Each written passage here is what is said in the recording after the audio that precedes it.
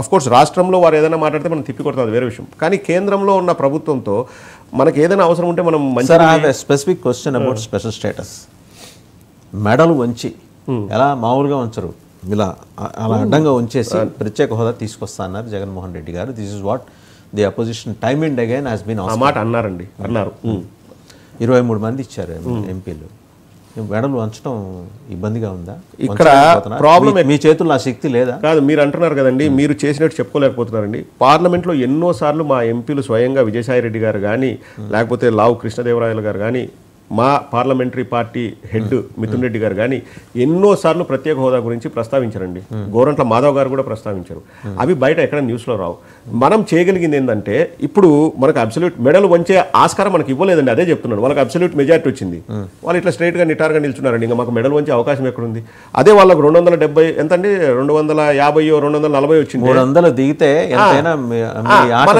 మనకు వచ్చేదండి. ఇప్పుడు మనకి 23 ఇచ్చారు. We are thankful to the public. మేము వారికి thanks. After scrapping up the Finance Commission, they have set up Niti Aayog. Niti Aayog dictionary రాసినప్పుడే ఓం శ్రీరామ దగ్గర రాసి ఓం నమ శివాయ రాసి మొదలెట్టినప్పుడే అక్కడ స్పెషల్ స్టేటస్ అనే మాటని ఎక్కడా తేకుండా జాగ్రత్త పడ్డారు. అండ్ వాళ్ళు అంటున్నది ఏంటి, దాంట్లో నీతి ఆయోగ్ నిర్ణయాల ప్రకారం ఒక రాష్ట్రానికి కనుక ఇస్తే 10 మంది లైన్ కడతారని.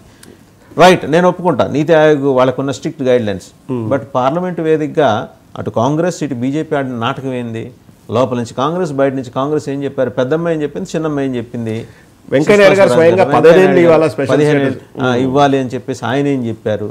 ఇవన్నీ ఎందుకు? ఇప్పుడు వీటన్నిటిని నిలదీయాల్సిన అవసరం మీకు ఉంది కదా. మీకేంటి ఈ గొంతులో ఏం అడ్డపడుతుంది? లేదండి, పార్లమెంట్ సాక్షిగా మనం చెప్పాం, ఎన్నోసార్లు చెప్పాం.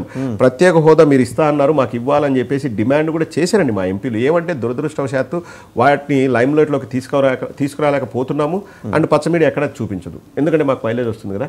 అండ్ మా మీడియా అనేది మేము చెప్తున్నాం కదండి, మాది limited media. Of course social మీడియాలో ఇక్కడ స్టేట్లో జరిగే వాటి మీడియా జగన్మోహన్ రెడ్డిని గెలిపించిందా, ప్రజలు గెలిపించారు? ప్రజలు గెలిపించారండి. మరి ప్రజలకు యూఆర్ ఆన్సరబుల్. అదే చెప్తున్నాం. ఇప్పుడు మనం ప్రత్యేక హోదా కావాలంటే మనం పోరాడేసింది ఎక్కడ? పార్లమెంట్లో. ఆ పోరాటం చేశారండి. నేను చేయలేదు, కంప్లీట్గా చేయలేదు, దాన్ని ఇగ్నోర్ చేశారని ఎవరన్నా అంటే అది తప్పు. మా ఎంపీలు పోరాడారు, ఎన్నోసార్లు ప్రస్తావించారు. అండ్ వాళ్ళు చెప్పేది ఇట్స్ ఎ క్లోజ్ చాప్టర్ అని అండి. ఇప్పుడు చాలా మంది మన క్లోజ్ చాప్టర్ అయితే మీ అవసరార్థం ఆర్టికల్ 370ని అమెండ్ చేశారు, నాట్ స్క్రాపింగ్, అమెండ్ చేశారు. అది రేపు పొద్దున మళ్ళీ ఇంకెక్కడైనా సపోర్ట్ చేశారు.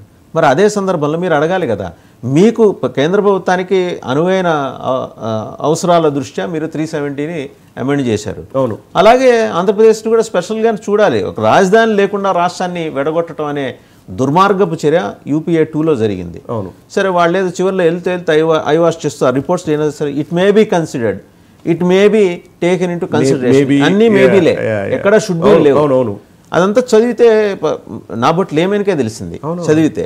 మరి ఇంటలెక్చువల్స్ ఉన్నారు మీ పార్టీలో, ఎంపీలు, మీ ఒక్కొక్కళ్ళ బ్యాక్గ్రౌండ్ ఏంటి? డాక్టర్స్ ఉన్నారు, CAలు ఉన్నారు, వాళ్ళు ఎందుకు అడగట్లా? చేస్తారండి. 370 పోనీ 37 మనకి స్పెషల్ స్టేటస్కి సమాన హోదా, కొన్ని స్పెషల్ స్టేటస్ చూసుకుందాం. 371 E and F చూద్దాం. మనకి ఇచ్చిన ఆ రెండే, ఎడ్యుకేషన్ అండ్ ఎంప్లాయ్మెంట్. వేరే తెలంగాణకి ఓన్లీ ఎంప్లాయ్మెంట్ ఇచ్చారు, ఎడ్యుకేషన్ ఇలా. సరే, ఎడ్యుకేషన్ కింద వెంకయ్యనాయుడు గారు ఏంటి, ఇంకో 50 ఏళ్ళు చెప్తారు ఆయన, నేను తీసుకొచ్చాను ఇవన్నీ ఈ IITలో లేకపోతే ఇంకో ఈ ప్రాజెక్ట్లో నేషనల్ ఇన్స్టిట్యూట్ ఆఫ్ డిజైన్ విజయవాడలో ఉంది, ఇవన్నీ నేను తీసుకొచ్చాను, చెప్పుకోనియండి, నథింగ్ రాంగ్ ఇన్ ఇట్. ఈ రెండే ఇచ్చినప్పుడు అసలు ఇండస్ట్రియల్ ఇన్సెంటివ్స్ గురించి మాట్లాడటానికి మీ వాయిస్ ఎందుకు రైజ్ కావట్లేదు అంటున్నా? ఇండస్ట్రియల్ ఇన్సెంటివ్స్ గురించి కూడా ప్రస్తావించారండి. మీరు ప్రస్తావించలేదు అంటే నేను ఒప్పుకోను. బట్ వాయిస్ అంత పెద్దగా ఎందుకు రాలేదు అంటే అక్కడ చెప్పాల్సింది అక్కడ చెప్పారండి. అండ్ ఆల్సో మీరు చూస్తే 2014 నుంచి 19 మధ్యలో అవునన్నా కాదన్నా స్పెషల్ ప్యాకేజీ చంద్రబాబు నాయుడు గారు ఒప్పుకున్నారు. ఇంకా మేము ఇవ్వాల్సింది మేము ఇచ్చామని కేంద్రం వల్ల అంటున్నారు.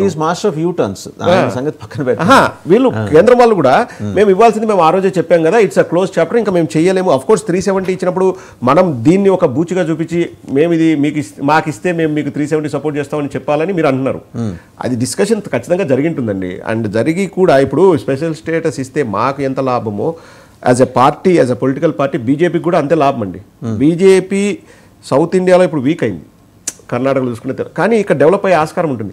కానీ వాళ్ళు చేయలేదంటున్నారు అంటే వాళ్ళు they made up their mind అండి, ఇంకా ఇది రాదు, ఇప్పుడు మేము పురంధేశ్వర్ గారిని అడుగుతామండి, ఇప్పుడు వాళ్ళ భర్త వచ్చేసి రోడ్లు బాగలేవు అది ఇది అంటున్నారు కదా, స్పెషల్ స్టేటస్ ఇవ్వమని ఆయన ఎందుకు మాట్లాడట్లేదండి? వాళ్ళ ఆవిడ ప్రెసిడెంట్, బీజేపీ ప్రెసిడెంట్, ఎన్నిసార్లు వారు వెళ్ళి హైదరాబాద్లో కూర్చొని ఢిల్లీలో కూర్చొని నాకు స్పెషల్ స్టేటస్ కావాల్సిందే అని బల్లగుద్ది ఎన్నిసార్లు అడిగారు. వారు కూడా అంటున్నారు ఇట్స్ అ క్లోజ్ చాప్టర్ అని. ఇప్పుడు మనం కూడా విమర్శ కోసం విమర్శ చేయాలంటే దగ్గుబాటి వెంకటేశ్వరరావు గారిని అనొచ్చు, మీ ఇంట్లోనే బీజేపీ అధ్యక్షురాలు ఉన్నారు కదా, మీరు ఎందుకు అడగట్లేదు స్పెషల్ స్టేటస్ అని. వారు ఎక్కడ మొహం పెట్టుకుంటారండి?